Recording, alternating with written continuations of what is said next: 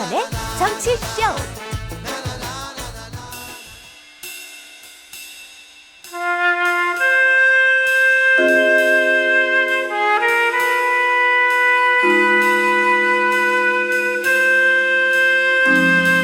김태현의 정치쇼 최고의 시그니처 코너 탑 오브 탑 탑 탑 탑. 그리고 오늘은 바텀을 하나 붙이겠습니다. 왜? 떨어졌으니까. 여의도 타짜. 자, 세 분 모셨어요. 일단 윤태권 더모아 정치분석실장, 장성철 공동센터 소장, 김상환 정치평론가 나오셨어요. 안녕하세요. 안녕하세요. 요 세 분은 탑 오브 탑 탑 탑. 저까지 탑 4개.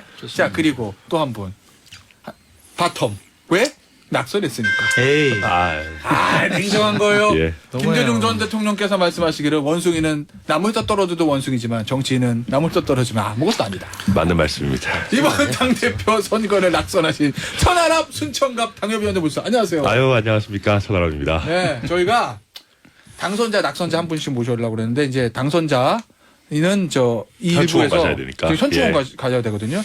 네, 당선된 분들은 지도부. 그래서 장해찬 청년 최고위원 당선자랑 전화 인터뷰를 했고 낙선하신 분 누구를 모실까 하다가 네. 네, 우리 천하람. 근데 괜찮으시겠어요 프로그램? 왜요?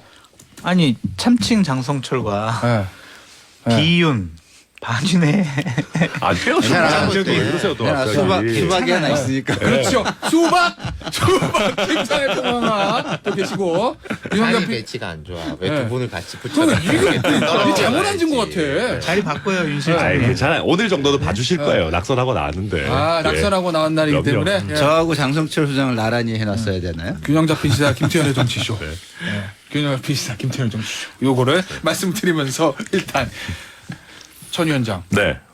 어때요? 솔직히 말씀드리고 예상했어요 결과? 아니면은 그러니까 원래 선거 전에는 내가 당선될 거다 무조건 결선가 다 이렇게 얘기하잖아요. 그러니까 근데 어제 결과 딱 보고 아이고 예상했던 대로 나왔구나였어요? 아니면은 이거밖에 이거였어요? 사실 처음에는 이거밖에였어요.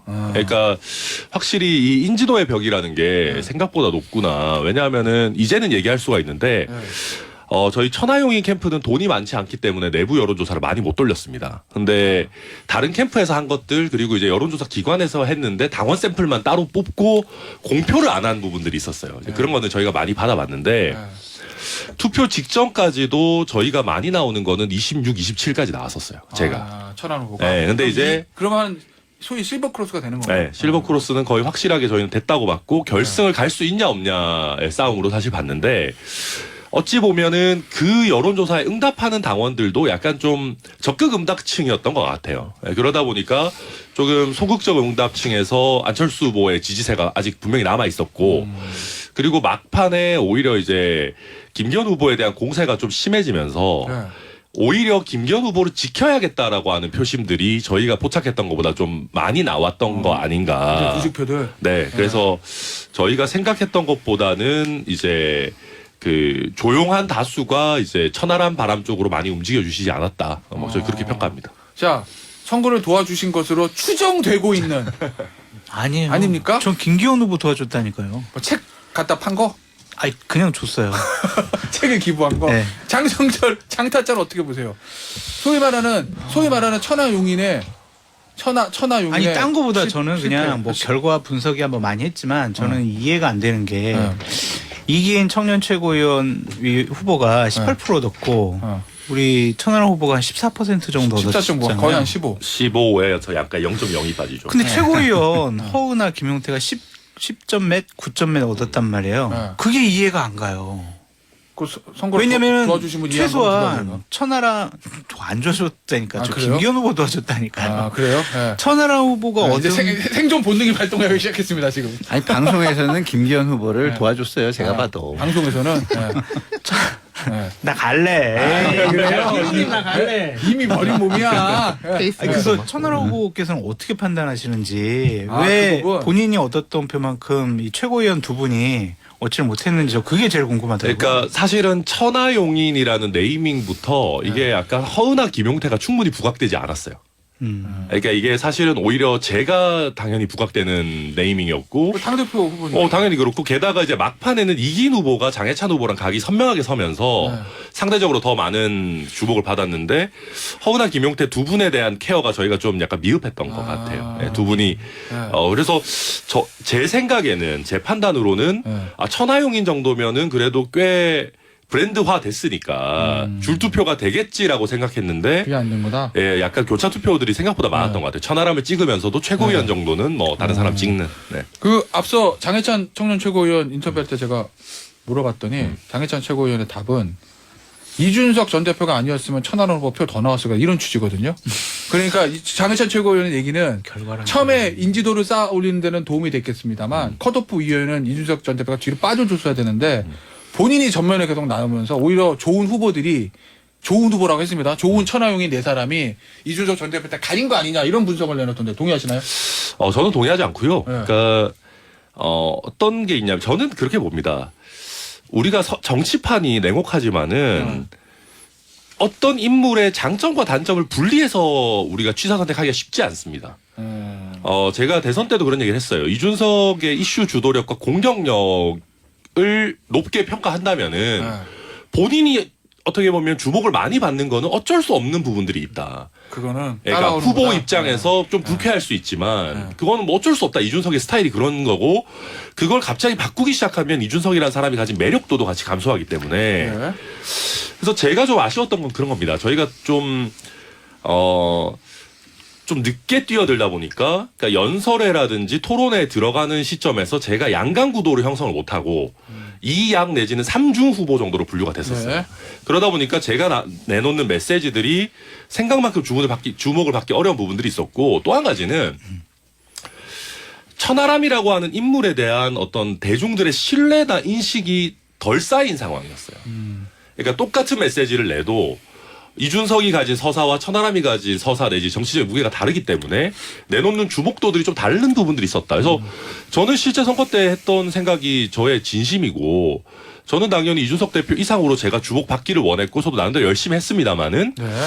확실히 제가 쌓아놓은 어떻게 보면 그 정치적인 무게가 좀 차이 났던 거 아닌가 저는 그렇게 평가합니다. 알겠습니다. 자 이제 두 분께 여쭤볼게요. 네. 윤종훈 실장 전당대회 결과 예측하셨어요? 뭐 예상대로 나온 거 아닙니까? 그러니까 이런 건 있는 것 같아요. 지금 보면은 여론조사에서 나온 건 거의 비슷하게 나왔어요. 그런 최고위원이 약간 뒤집힌 게 있지만 그건 어차피 원래 1등 하던 분들도 20% 밑이었기 때문에 그 2, 3% 같은 거는 오차 범위 내란 말이에요. 나머지는 비슷하게 나왔으니까 이렇게 많이 모여서 선거를 하니까 역시 비슷하게 나오는구나. 저는 그렇게 봤고 천하람 후보 잘 하신 것 같고 이거를 아까 말했듯이 제가 이어서 보면은 상단에서 볼 수 있고 하단에서 볼 수 있는 거예요. 네. 그 이긴 후보 걸 기준으로 볼 수도 있고 네. 허은하 김용태를 기준으로 볼 수도 있는 거예요. 저는 후자에 조금 가까워요. 허은하 김용태가 이른바 천하용인이 가진 이제 바닥표인 건데 야, 10%. 네, 이기는 장예찬하고 격돌해가지고 진짜 1대1 맞싸움이 되니까 좀 더 올라갔고 네. 또 그 두 분에 비해 가지고는 천하람 후보는 대표 후보고 또 제가 볼 때 서사가 그래도 있다. 대구 사람이 호남에 내려가가지고 하고 또 보수 지지층이 볼 때는 스펙도 그럴듯하고 근데 그 두 분은 그게 좀 떨어진다. 그러니까 딱 그냥 자기들 가진 기본 표만큼 나왔다. 플러스 알파가 없었던 거지. 저는 천하람이 기본인데 허은하 김용태가 마이너스라고 생각하지는 않아요. 그런 부분이 있고 한 전반적으로 천하용인을 이렇게 보면은 제가 뭐 결과가 나왔으니까 그동안은 조금 이야기 안 했던 걸 조금 하자면은 네. 총알을 싸움의 한 중반부까지는 준비해온 것 같아요. 이때까지는 우리가 뭐 이런 대포도 쏘고 총도 쏘고 하는데 후반부로 갈수록 뒤에 뭐가 있을 것 같은데 없네? 이런 느낌이 들었던 거예요. 황교안 황교안 후보 때문이에요. 황교안 후보. 아니 그건 뭐 황교안 후보 탓할 건 아닌 거고. 그러니까 더 개혁적인 목소리가 나왔어야 된다. 그러니까 뭐 오히려? 개혁적인 걸로 나오든지 흐름을 바꾸는 아니면은 뭐 우리도 윤 대통령 잘할 수 있습니다로 가든지 그거는 선택의 전략적 선택의 문제인데 그 뒤에 뭐가 가진 게 없구나. 총알이 다 떨어졌구나. 이런 느낌이 좀 들었어요. 저는 좀 우리 윤 실장하고 좀 다른 생각인데요. 총알로 싸워서 이기겠다. 이게 정치인들의 전형적인 공학적인 생각이에요. 그러니까 자기 총알로 자기 실력으로 싸워서 이기겠다. 뭐 그게 굉장히 저는 자만심이라고 생각하는데 저는 기본적으로는 국민을 믿고 가야 되고 유권자를 믿고 가야 된다고 생각해요. 그러려면 그 믿음은 어디서 시작하는 거냐면 우리 윤 실장이 얘기한 것처럼 자기의 서사, 역사예요. 천하람이 보여줬던 그 역사. 근데 제가 볼 때는 오히려 중간에 그 역사가 사라졌어요. 천하람이 안 보였어. 그 역시 이준석만. 이준석만 보였어요. 그럼 저 장해찬 그래서 최고랑 비슷한. 좀 분이시네요. 비슷해요. 천하람의 장점은 새로움이고 네. 그 신선함인데 네. 그 신선함이 하나의 태풍으로 이렇게 뭐랄까 상승 효과를 이루었어야 되는데 저는 그 부분이 갑자기 사라졌다. 윤핵관 공격이나 뭐 이런 기존의 공학적인 어떤 모습 아까 뭐 여론조사를 많이 봤다 막 이런 얘기를 하는데 그런 분석이 오히려 정치 어떤 깊이 서사 감동 드라마 이런 거를 잡아먹은 거 아닌가. 전 그런 생각이 들어요. 비슷한 거예요. 제 말씀이랑. 이준석으로 해가지고 이렇게 딱 나오겠거니 네. 이걸로 한 바람이 불겠거니 중반까지 거기 갈 거. 그럼 그 뒤에는 이제 김상혜 선배는 천하람이 서사를 이야기한 거고 전 뭐 그것도 좋고 딴 네. 것도 좋은데 뭐가 있어야 되는데 계속 그냥 그 이야기네 아니, 그런 느낌. 근데 기본적으로 이번 전당대회의 프레임과 흐름이 네. 윤석열 대통령 도와주자 그런 분위기였던 것 같아요. 아니 저는 어제 선거 결과 보고 모두가 무슨 다 그렇게 얘기 생각이 딱 들었냐면 우리 전통적으로 선거 때 하는 얘기들 많이들 하시는 얘기도 있잖아요. 선거는 구도를 절대 이길 수 없다. 네. 구도를 깨려면 바람이 정말 거의 뭐 메가토급 태풍 매미 같은 거 불어야 이기지 구도 못 깬다고 하잖아요. 근데 역시 이번에는 구도가 그 말씀하시는 거죠. 윤석열 1년도 대통령 안 된 대통령인데 네. 당에서 또 갈등과 분란이 일어나면 어떻게 우리가 총선을 치러 대통령 도와주자. 그러니까. 이런 분위기가 그냥 잔잔하게 이게 아니 당원들 그러니까 마음에 제가 있었어요. 드리는 말씀이 천하람으로 했으면 그걸 넘어설 수 있었다고 나는 보는 거예요. 왜냐하면 그거는 결과론적인 윤석열 것 대통령 같아. 입장에서 아니 저는 처음부터 그런 걸로 기대를 갖고 있었어요. 그리고 기존의 역사를 봐도 반전이 쓰여진 그 정치 역사들이 꽤 있었기 때문에 저는 그걸 기대를 했고 저는 윤석열 대통령 쪽이 이준석과는 절대 손을 잡을 수 없다고 생각했어요. 그러나 천하람과는 손을 잡기는 너무 많이 온 그렇지. 그렇기 때문에 천하람과는 손을 잡을 수 있다. 어떤 연대, 그러니까 어떤 협치? 내지 어쨌든은 같이 할 수 있다. 저는 이렇게 봤기 때문에 제가 여기 방송에서도 그런 얘기 했잖아요. 내가 윤석열 대통령이면 천하람 잡고 가겠다. 그럼 개혁공천도 할 수 있고 총선에서 확실한 승리를 거둘 수 있다. 그래서 그걸 전략적으로 포석으로 가져가서 오히려 윤석열 대통령과의 교집합을 늘려가는 그런 식으로 했으면 어땠을까. 저는 그런 아쉬움이 이 있는 구도의 부분으로 가자면요. 구도? 동의를 하는데 우리가 이제 행위라는 게 꼭 내 의도대로 되는 건 아니지 않습니까? 항상 이제 작용과 반작용이 맞아, 맞아. 있고 이제 내 의도치 않은 게 있는데 천하람 후보한테 죄송하지만 천하람 후보가 나옴으로 인해 가지고 김기현 후보가 더 좋아진 건 있을 거예요. 왜냐하면은 자 처음부터 친윤 대 반윤 비윤으로 가려고 그랬어. 네. 김기현 후보 주류에서는. 네. 근데 안철수 후보는 이렇게 맞으면서 아니에요. 끝까지 버티는 구도였단 네. 말이에요. 난 나 비윤 반윤 아니에요. 라고 하면서 그쪽에 이제 뾰족함을 부각시키는 건데 천하람 후보가 나타나면서 그치. 친윤과 반윤 비윤으로 확 되니까 해버리고. 이준석 후보가 이준석이란다. 안철수 후보가 샌드위치가 되고 김기현 후보가 더 사라져버렸지. 편해진 게 있는 거죠. 이 구도의 힘이라고 본다. 거긴다가 뭐 근데 이런- 그렇다고 해서 그럼 뭐 천하람이 안 나왔어야 되냐? 그건 전혀 아니고. 근데 행위자들의 행위라는 게 결국 결과는 다르게 나타날 수 있다. 이런 말. 그러니까 이 분석에 동의해요. 그러니까 저는 뭐 우선 사실은 지금 이걸 가지고 이제 많은 분들이 천하용이 실패한 거 아니냐, 뭐 결과론적으로 보면 저희 한 명도 못 들었으니까 뭐 그런 부분이 있겠지만은 사실은 개혁 세력의 파이라는 게 점점 커지고 있고 저희가 진지전을 할 수 있는 어떤 씨앗들이 쌓이고 있는 거는 맞아요. 그러니까 진지전. 무슨 얘기냐면 유승민 전 의원이 지난번 대선 경선에서 받았던 게 당원에서 대충 한 4% 정도 됩니다. 한 10,000몇 표 정도 받았었어요. 그때는 당원도 훨씬 적었기 때문에. 근데 저희가 뭐 이걸 김용태 허은하를 기준으로 하든 천하람 이기인을 기준으로 하든지 간에 굉장히 그래도 상당한 사실 천하람이 15%를 받는다라는 얘기는 이거는 어느 정도 후보의 경쟁력과 전체적인 걸 고려해 봤을 때 상당한 어느 정도 성과를 낸 거예요. 과거 유승민 전 의원의 뭐 4%를 생각해 보면. 게다가 제가 입장에서 좀 답답했던 것은 그런 겁니다. 이게 이준석 대표는 토론회나 연설회를 시작할 때 1위 주자로서 들어왔어요, 사실. 그러다 보니까 대구 연설이라든지 여러 연설들이 빵빵 터졌고 네. 그러니까 저 같은 경우에는 특히 보수 언론에서 어대연 기조가 굉장히 강하다 보니까 네. 좀 상대적으로 제가 내놓는 메시지들이 주목받을 만한 시간들이 좀 부족했어요. 그러니까 아까 말씀하셨던 것처럼 중반 이후에 저도 제 색깔을 보여드리려고 나름 노력을 했는데 예를 들면 그런 거였어요. 제가 대전에서 그런 얘기를 했어요. 보수 정당이 제3노조 역할을 해야 된다. 우리가 민주노총 때려잡는 것만 할 게 아니고 소외된 근로자들을 위한 제3노조 역할을 해야 되고 강원에서도 우리가 이제 색깔론 뭐 이런 거 종북몰이 그만하고 오히려 보수 정당이 자유민주주의 확고하니까 북한과 관련해서 더 유연한 전략적 접근할 수 있다. 이런 메시지들을 사실 던지면서 저도 나름대로 조금 큰 메시지들 위주로 전환을 하려고 시도를 했었는데 그게 이제 1위 주자가 예를 들면 국민의힘의 1위 당권 주자가 우리가 제3노조 할게요. 색깔론 그만할게요. 라고 하는 건 사실 굉장히 충격적인 뉴스지만 이게 받아들이는 분들 입장에서 천하람이 어차피 뭐 그렇게 크게 당대표가 될 것 같지는 않은데 라고 하다 보니까 어떤 내놓는 메시지들의 임팩트가 저희 기대만큼 잘 살지 않았던 것 같아요. 장타짜. 네. 나 방금 전에 천하람 위원장 한 얘기 중에 하나 꽂힌 단어가 있어요. 뭐요? 진지전. 네. 아니 제가 왜 그 말씀 드리냐면 10%, 유승민 저 왜 4% 받았다면서요. 이번에 이준석 개라고 할게요 그냥 편하게.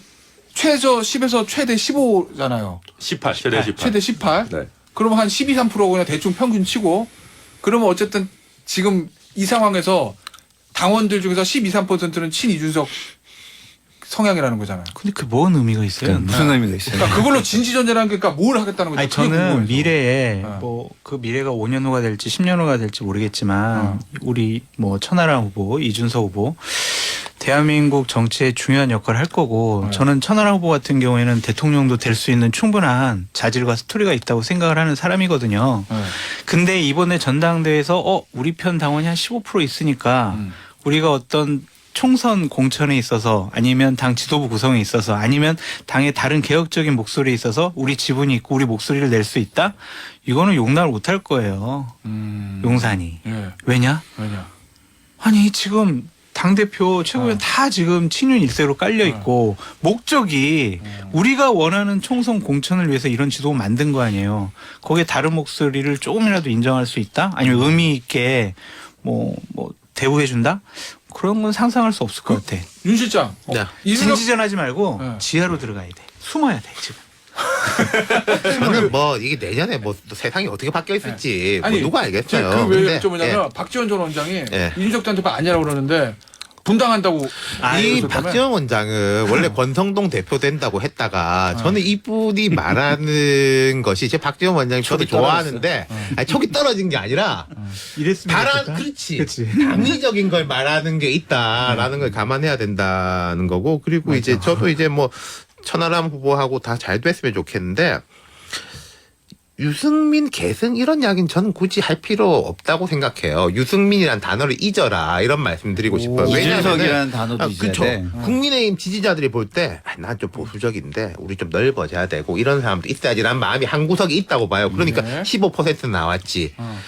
그 마음을 격동시키고 빚을 지워야 되는 거지. 내 이준석을 이어받을 거야. 우리 진지전으로 해가지고 너희들을 무너뜨릴 거야. 그렇게 경계심을 줄 필요가 전혀 없는 거예요. 제 다른 이야기 이게 완전 엉뚱한 이야기인 건데 김대중 대통령이 남북 관계 이렇게 잘하고 할 때는 일본을 향해서 항상 그렇게 이야기했습니다. 니들도 좋아. 다 이게 동북아 되면 일본도 경제적으로 좋고 러시아랑도 좋고 다 좋은 거야. 그럼 일본 사람들이 이게 맞나 속아볼까 그랬는데 문재인 대통령 때는 남북관계 해결되고 우리가 강해지면은 일본은 이제 끝이야. 아니 그러면 일본 사람들이 그걸 받아들일 수 있겠어요? 못 받으리죠. 그러면은 천하람 후보라든지 이쪽에서 계속 해야 될 것은 우리가 잘 되는 게 당신들도 좋고 우리는 윈윈이라는 그치. 이야기를 해야지 우리가 잘 되면 니들이 끌어내릴 거야라고 하면 누가 해줘요. 아무도 안 알겠습니다. 해주지. 자, 제가 하고 예. 싶은 얘기를 왜 예. 실장이 다 하네. 그럼 요 얘기 볼게요. 우리 저 2부에서는 낙선자 특집 그리고 8시 반부터는 당선자 특집이니까. 네. 당선자 누가 나와? 저에겐 다 계획이 있습니다 지금. 그래요? 네. 저 낙선자 안철수 후보 얘기 좀 볼게요. 윤 실장이 이 저 네 분 중에서 안철수 후보 그래도 얘기 해보셨으니까 맞잖아. 뭐 과거를. 안철수게? 네, 안철수 후보는 왜 실패한? 아까 왜 말씀드린 대로 왜 용두사미가 두 됐어? 가지예요. 천하람 후보가 등장함으로 해서 이제 구도가 흐트러졌다. 어. 끝까지 버틸려고 했을 거예요. 어. 안 후보는 그 법륜인데 어. 저 대통령 오히려 힘들게 하는 찐친윤대 우리 충정 뭐 이런 식으로 하려고 했는데 그것도 흐트러졌다. 그리고 두 번째 그 이후에는 어쩔 수 없어요. 뭐 천하람 후보나 여기 이제 장 소장님 같은 분이 왜 안 대표는 뭐 우리처럼 못하냐라고 해도 넘어가면 안 되는 거야. 근데 그렇다면 역시 안철수는 그래도 대선 후보도 했고 인물이 다르구나라는 거를 토론회라든지 이런 데서 보여줬어야 되는데 뭐 딴 사람은 특히 못한 건 아닌데 그런 이제 다른 인물이라는 거를 자기 힘으로 아니 다른 인물이라는 걸 자기 힘으로 보여주지 못했다.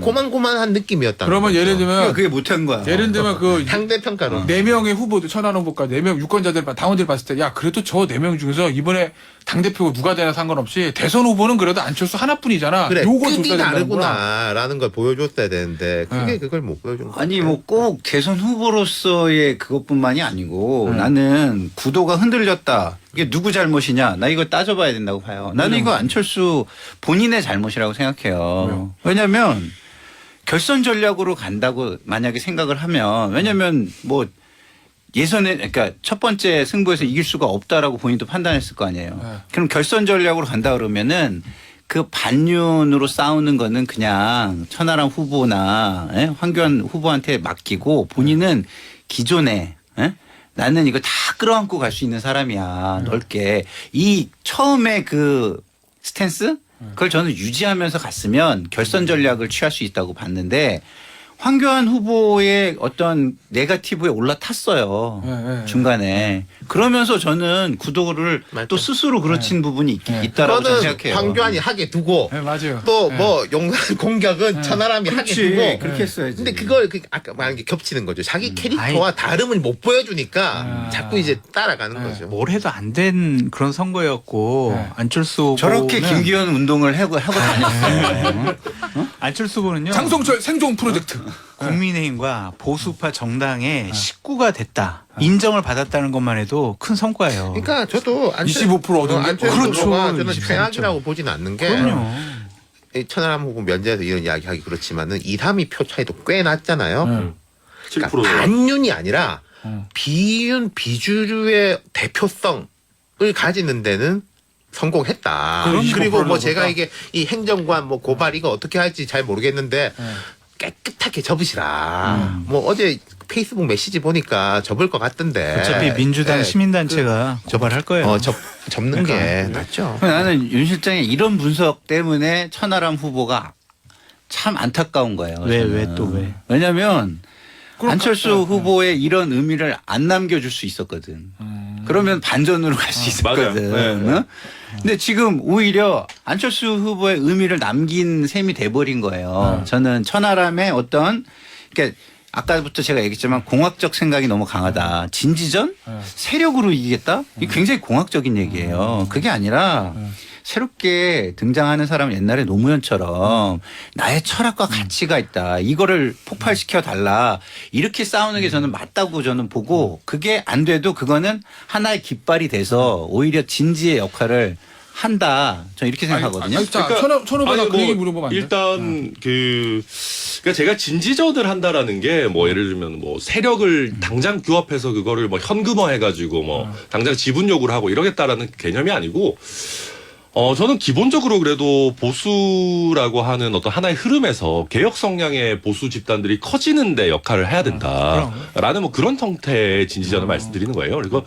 그리고 과거에 비해서 점점 이 파이가 늘어나고 있는 추세고 사실은 어떤 여러 가지 연령상의 문제로 보거나 아니면 사회 변화로 봤을 때 점점 개혁 성향의 보수들은 늘어날 겁니다. 네, 그런 의미에서 말씀드리는 겁니다. 자, 우리 네. 출연료를 드려야 되기 때문에 광고 듣고 들어올게요. 자, 저 3부입니다. 저 앞서 저희가 그 얘기 했잖아요. 안철수 의원, 이제 후보는 아니지. 선거 끝났으니까. 안철수 의원 얘기했는데 장타짜. 네. 안철수 의원이 미래는 살아있다? 아니면 이제 끝이다? 아니 일단은 살아는 있는데 네. 그게 예를 들면 아파요. 병에 걸렸어요. 네. 근데 치료제를 맞아야 되는데 어. 진통제 맞고 어. 나는 숨을 쉬고 있어. 살아있어라고 느끼는 것 같아요. 그러니까 중- 안철수 후보를 보는 저의 눈은 뭐냐면 네. 답답해요. 와. 그 정치인 순위 답답해. 책을 좀 갖다 주지 그랬어요, 그러면. 거기서 책을 원하지 않더라고요. 그래서 그런 이미지를 뚫지 않으면 그냥 그 정도. 한 20에서 25% 정도 어디를 가나 답답하다는 건 무슨 말이에요? 치고 나갈 때랑 안 치고 나갈 때 큰 그거 정치인의 나타나는 건가? 지도자의 모습을 못 보겠어요. 등장할 때부터 네. 대선 후보 감이었고 서울시장 후보였었고 이랬잖아요. 네. 그런데 지금 와서도 그냥 그때에 머물러 있는 것 같아요. 감 정도밖에 안 되는 것 같아요. 그때보다 후퇴했죠. 가능성 있는 사람. 네. 그거를 못 넘어가더라고요. 정치한 지 12년 됐는데. 윤타짱 어떻게 봐요? 살아있다 죽었다. 아니 그렇죠. 살아있죠. 이 아까 제가 말씀드린 대로 이거는 이제 너무- 이른바 너무 실패한 거 비윤의 이제 뭐 요거로 상징으로 남아 있는데 네. 그럼 앞으로 이럴 거예요. 자, 비윤 혹은 이제 또 대통령 지지율이 떨어진다든지 임기가 이렇게 뒤로 갈수록 장악력은 떨어지지 않습니까? 차기가 올라오는 거고. 그럼 안철수가 지키고 있는 밭을 안철수가 먹을 거냐? 그 밭에 아. 누가 와가지고 네. 이 밭 제가 접수하겠습니다. 네. 라고 할 것이냐. 지금으로서는 후자의 가능성도 높은 그 거죠. 비율에 봐서 다른 사람을 뺏긴다. 지키고는 이제 잘 지키고 있었지. 이제 내가 먹을게. 네. 라고 갈 수 있는 것도 있는 아니, 근데 거죠. 저는 이대로 회의적인 가면. 게 뭐냐면 안철수 후보가 자기 고집이 너무 세요. 그래서 중간에 많은 분들과 상의를 잘 안 하고 네. 조언을 잘 받아들이지 않고 그러면은 정치 지도자로서는 치명적인 약점이죠. 김기현 후보는 부족한 게 상당히 많았는데 네. 열려 있어가지고 여러 사람 얘기를 막 다 들은 거거든요. 장성철 책도 읽고. 선거운동도 근데- 해주고. 네. 김경호 후보는 약간 다르고 저는 대통령 내지 대선 후보 중에 남 말 잘 듣는 사람들 네. 한 명도 못 봤어. 그 얘기하고 싶었어. 솔직히. 윤석열 대통령은 뭐냐고. 아니 그 앞에 뭐 다른 대통령들도 다 마찬가지. 그러니까 근데 저는 안철수 후보 물론 저보다 더 잘하셨기 때문에 결과적으로 네. 뭐 어느 정도 살아는 계시겠지만은 이번에 본인이 남길 레거시가 뭔지 사실 잘 모르겠어요. 그러니까 기껏해야 그래도 국민의힘에 약간 안착했다라는 정도인데. 그래도 한 25%는 얻었어. 네, 그 근데 정도? 이게 과연 안착이라고 볼 수 있냐? 이걸 가지고 다음 대선에 나갔을 때 사람들이 대선 후보급이라고 보겠냐? 네. 저는 굉장히 좀 안 돼, 안 돼. 쉽지 않다라고. 아니 오늘은 저 아, 그래요? 평론하지 마시고. 아, 예, 알겠습니다. 아니 근데 이제 그것뿐만 아니라 예를 들면은 이거는 아, 괜찮아요. 편하게 하세요. 아 그럼요. 네. 그리고 이제 예를 들면 민심 1위를 천하람한테 내준다라고 하는 거는 안철수 후보가 가지고 있는 상징성에서 굉장히 큰 타격이 있었던 거예요. 그러니까 저는 그런 면에서 이거는 결선 가면 제가 해볼 만하다. 이 정도의 흐름이고 왜냐하면 안철수 후보 입장에서 중도층 민심, 그러니까 민심 1위를 잃어버린다라는 건 생각보다 꽤 큰 의미거든요. 네. 그럼 국민의힘 입장에서 그럼 안철수 후보가 갖고 있는 레거시 중에 우리 당이 활용해야 되는 거는 과연 무엇인가라고 하는 의문을 사실 남기는 거죠. 알겠습니다. 자 이제 새 지도부 얘기 좀 해보죠. 김기현 대표 그리고 친윤 그리고 최고위원들도 다 친윤. 네. 그 중에서 뭐 언론 분석 따르면 조수진 최고위원하고 태영호 최고위원만 그래도 조금은 덜 친윤이라고 뭐 이렇게 하는데 김병민, 친윤. 김재원 그다음에 저 장해찬 최고위원은 전부 다 핵심 친윤 인사들이라고 네, 보잖아요. 이 친윤 일색 지도부 이게 약이에요. 윤석열 대통령 정부 성공이라는 목표를 달성 약이에요, 독이에요. 2016년 8월 9일 날 네. 이정현 당대표 체제가 들어섰죠. 네. 그때 강석호 최고위원 빼놓고 완벽하게 지도부는 친박 일색으로 됐어요. 2016년 8월이면은 총선 지고 나서 총선 지고 나서 이정현 당대표가 청와대 그냥 정무석하고 홍보석 했던 분이 당대표가 된 거예요. 당은 정말 급속하게 완전히 박근혜 당이 돼버린 거죠. 네. 어땠을까요 그때? 그 이후에 벌어졌던 일들. 근데 그때는 되게- 사실 좀 태블릿 PC 나오고 그러면서 좀 특수한 상황 아니었어요? 특수한 상황이었는데 그때 그냥 오로지 박근혜 전 대통령 하는 일에 대해서 네. 잘하신다, 뒷받침해야 된다, 다른 목소리 내면은요 완전히 짓밟았거든요. 그랬던 결과가 과연 어땠느냐라는 걸 좀 보고 싶고 완벽한 당정일체 물론 여당은요 대통령과 같이 갈 수밖에 없어요. 아 그렇죠. 그렇다고 그냥 대통령실에 부속기관이 되어서는 안 되는데 어쨌든 김기현 후보는 나는 대통령과 호흡 맞추겠어. 공천에서도 의견 들을 거야 라고 했기 때문에 갈등과 분열 없이 가는 것도 좋을 것 같다. 그거의 가장 상징적인 바로미터는 사무총장 누구 임명할 것이냐, 지명직 최고위원 누구 임명할 것이냐. 요 두 자리를 보면은 대통령과 완벽한 호흡이냐 아니면은 그래도 내 얘기를 조금 주장을 하겠다. 그런 의지가 보여지는데 쉽지 않을 것 같아요. 그냥 완전하게 대통령과 호흡 맞추는 그런 당으로 그때 탈바꿈 시키려고 할 것 하고는 같아요. 크게 다른 게 있어요. 제가 볼 때는 그때는 지지율이 확 떨어지는 거예요. 이정현 대표 될 때 중도층 나가고 약간 옅은 지지층 다 떨어나가 콘크리트 짠물만 남으니까 투표를 하니까 그렇게 된 거고. 근데 지금은 안철수 지지층도 들어오고 당원이지만 이준석 지지층도 들어와가지고 제가 볼 때 이 판은 나쁘지 않은 판이었어요. 국힘에 원래 이렇게 의도한 게 아니었던 것 같은데 좋은 판이 이제 짜여졌어요. 김기현 후보가 그럼에도 불구하고 52%나 땄으니까 이제 뭐 저력을 발휘한 거고. 그리고 최고위원 구성도 제가 이렇게 보면은 애초에 밀었던 사람들 떨어지고 있는 사람 중에 골라가지고 사실은 이 사람들이 우리 친윤이야라고 약간 양자 삼은 분들도 있단 말이에요. 제가 이름은 말 안 하겠지만 누구 말씀하시는지 알 것 같긴 해. 장례찬 후보 정도는 진짜 처음부터 일관되게 그 찐윤 컨셉으로 나갔던 것이고 그리고 지금 이 전당대회 기간 중에 장제원, 이철규, 뭐 심평 이런 분들이 등장했을 때 그때 분위기가 어땠었느냐라는 걸 보면은 그 주류 그룹에서도 고민을 좀 많이 해야 될 거예요. 주류가 어디예요? 주류가 어디예요? 대통령실? 주류가 이제 뭐 대통령실하고 이제 김기현 지도부하고 이쪽에서 계속 이런 사람들이 당 내에서도 보세요. 반발이 만만치 않은데 이거를 이제부터는 전 국민 상대지 않습니까? 총선이란 건. 여기 이 시장에 내놓을 수 있겠어? 과연? 예. 근데 좀 어제 대통령이 전당대회 와서 한 얘기 보니까 당의 위기, 국가의 위기와 당의 위기를 정치적 기회로 악용하는 건 절대 안 된다. 정하라고 예, 저한테요. 그 얘기인데 그러면 당정 일체로 가자는 얘기잖아요. 예를 들어서 뭐 총선 앞두고 일체로 가겠지. 예, 총선 앞두고 좀 뭐 대통령 지지도도 빠지고 당 지지도 빠질 수 있는데 그 당시에 자기 목소리 내지 말라 이 얘기인 거잖아요. 아니 근데 그때 선거를 이겨야 될 거 아니에요. 그때 가면. 예. 그럼 대통령하고 이제 뭐 사이가 나쁘지도 않으면서 이미지도 좋은 이런 쪽으로 가려고 해야지. 아까 말씀드린 그분들이 나오면은 결과는 어떻게 되는지 다 알 거 아니에요. 그러면 모르겠어요. 김기현 대표가 사실 누가 봐도 대통령의 이건 그렇게 봐도 되나? 어쨌든 지지도가 굉장히 낮은 상태에서 결선 없이 당대표 된 데는 아무래도 친윤. 절대적이죠. 예, 그렇죠. 절대적인 절대적이죠. 거고 김장연대가 절대적인 건데 김기현 후보한테 투표한 게 아니라 윤석열 대통령한테 투표한 거지. 대통령을 지켜야 된다. 네. 대통령 지지 이 당심이잖아요. 그럼 이 상황에서 김기현 원내대표가 예를 들어서 용산이 좀 힘들어지고 윤석열 대통령이 조금 힘들어진다고 해서 대통령 그러시면 안 됩니다. 민심은 이겁니다. 자기 목소리 낼 수 있을까? 근데 그렇게 있다고 선거하기 전에 그쪽에 핵심적으로 일하는 분들이 아유 김기현 후보도 만만치 않은 분입니다. 당대표 된다고 해서 윤핵관들에게 끌려가지 않을 거다. 두고 보시라 이런 얘기도 하더라고요. 그러니까 오늘 아침 조간신문에도 당내 일각에서는 그런 목소리 있다라는 기사 아니, 있긴 했는데 되게 실제 그게 가능한 정반대 이야기를 들은 게 그러니까 이런 이야기도 있고 예를 들어서 근데 저 용산 가까운 분들은 선거니까 김무성 뭐 이런 쪽 하고 또 한 거지 끝나면은 아니야 지금 우리 완전 정반대 동상이몽을 꾸고 있는데 근데 김기현 후보가 저는 그런 부분에서 좀 능력을 발휘하기를 바래요. 그러니까 양쪽 다 착각하게 만들 수도 있는 거고 그게 이제 자기의 이제 앞으로 능력이죠. 저 천하 후보 어떻게 봐요? 위원장 아니 앞서 제가 장해찬 최고위원한테 이거 물어봤거든요. 장해찬 최고위원의 답은 이 쓴소리 이거는 기본적으로 신뢰감각이 있는 사람만이 할 수 있다. 김기현 대표는 윤석열 대통령과 기본적으로 신뢰감각이 있기 때문에 그걸 밑바탕으로 해서 언제든지 대통령에게 쓴소리를 할 수 있다. 이렇게 얘기하는 거예요. 그게 전형적인 이정현 당대표의 논리였다니까. 그래요? 네? 그때 어떤 일이 일어났냐면 하나만 더 얘기해 줄게.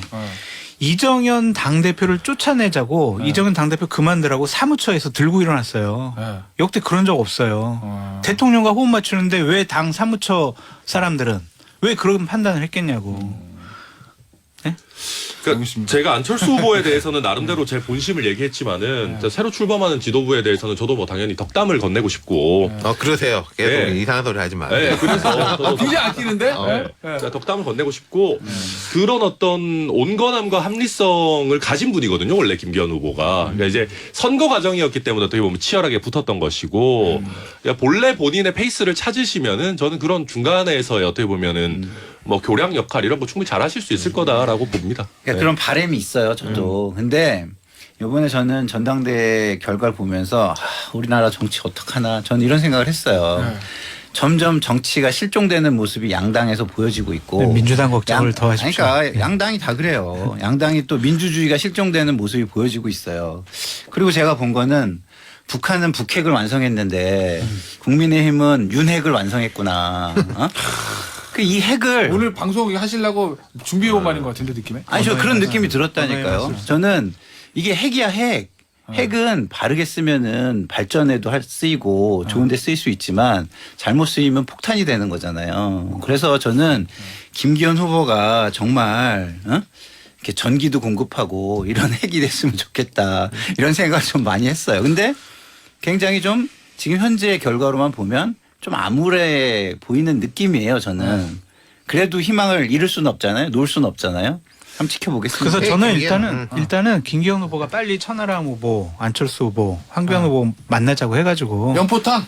전당대회 후유증 좀 빨리 치유했으면 좋겠어요. 그러니까, 그러니까 연포탕 본인도 막 어떻게 법적 조치하겠다고 얘기했었잖아요. 그거 빨리 없던 말로 하고 네. 또 안철수, 황교안 후보가 뭐 실질적으로 행한 법적 조치 부분들 다 그냥 없던 걸로 하고 네 명이 이렇게 손흔 들고 이런 거 연락 있잖아요. 왔어요? 혹시 만나자고? 통화는 했죠 당연히. 만나자고.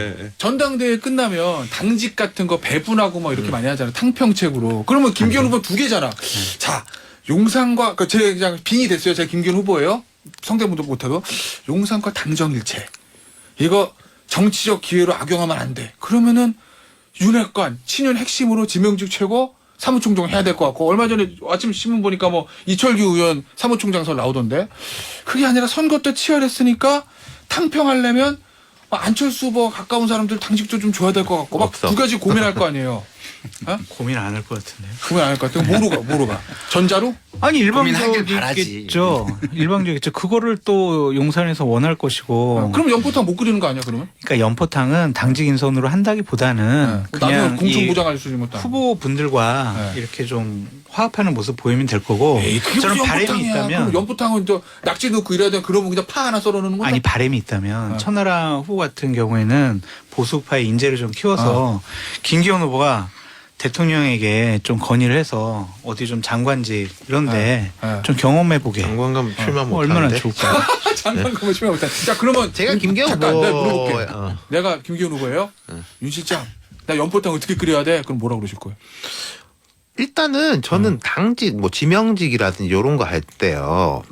그 친윤 비윤 프레임을 깨라고 말하고 싶어요. 그러니까 지명직을 예를 들어서 뭐 정치적인 이게 아니라 경제 혹은 외교 안보, 전혀 과학 기술 이쪽으로 들여가지고 판을 좀 바꿔보라. 지금 이제 핫해져 있잖아요. 좀 시킬 필요가 있고 또 대통령 이제 미국 가고 또 4월은 뭐지? 뭐 일본 가고 미국 가고 3월에 하면은 뭐 미국, 반도체 뭐 이런 이야기도 나오고 할 거 아닙니까?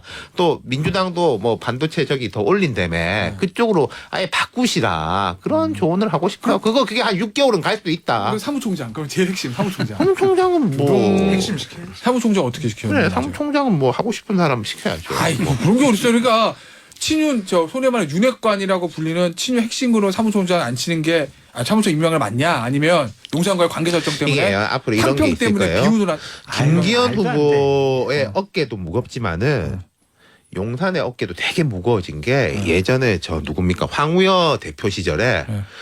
허허허 웃으면서 뭘 하면은 안 좋은 게 있으면 사람들이 황우여 욕하는 사람 아무도 없었어. 청와대 욕했어. 네. 좋은 거 하면은 그래도 아유 황우여가 중간에 했겠지. 네. 라고 하면은 그럼 황우여 후보는 대답을 안 하면 그런 걸 즐겼어요. 네. 이게 자칫하면은 이 김기현 후보 체제에서 뭔가 잘못되는 거는 다 용산의 책임으로 돌아갈 수도 있기 때문에 당정이 이게 하나니까. 야 이제는 이제 김기현 책임이니까 우리는 이제 할 거 다 했어 그렇게 보실 때가 아니라는 그러면 말씀 그 얘기구나. 드리고 예를 싶어요. 들면 이준석 전 대표 때는 당이 도와주지 않아서 힘들어. 그렇지, 있었는데 이준석 지금 그게 책임이 안 되는 된다. 거죠. 그럼요. 근데 저는 그렇게 하나하나 이벤트를 볼 일은 전 아니라고 봐요. 네. 결국은 총선을 봐야 되는 거예요. 그러면 뭐. 그러니까 총선 결과에 모든 게 달려있기 때문에 네. 김기현 후보가 총선만 생각하면서 그리고 민심의 흐름만 보면서 당직을 인선하고 그 결과를 낸다면 그런 주장을 하고 일관된 주장 속에서 총선 결과를 낸다면 연포탕 끓여지죠. 그렇죠. 그게 대의니까. 근데 제가 볼 때 그렇게 할 가능성이 많지가 않은 거예요. 그리고 이벤트 위주로 흘러가면 그 어디로 튈지 몰라요. 지금 제가 볼 때 이번 선거를 보면서 국민의힘과 용산은 딱 믿는 게 하나구나. 뭐요? 이재명이 있는 총선. 근데 이재명이 없는 총선은 전혀 준비하지 않고 있구나. 근데 이재명이 없는 총선 누가 얘기했죠? 이준석 전 대표가 얘기했습니까? 우리 천하람 네, 저도 후보가 얘기했죠. 얘기했습니까? 천하람 후보가 참 좋은 얘기했다는 그런 생각했는데 그거에 대한 긴장감이 전혀 없는 것 같아요. 그럼 저 아까 엇나간 얘기인데 이거 하나만 좀 물어볼게요. 이재명 대표가 없는 총선이 가능합니까? 그건 모르겠어요. 본인의 바램을 얘기하지 마세요.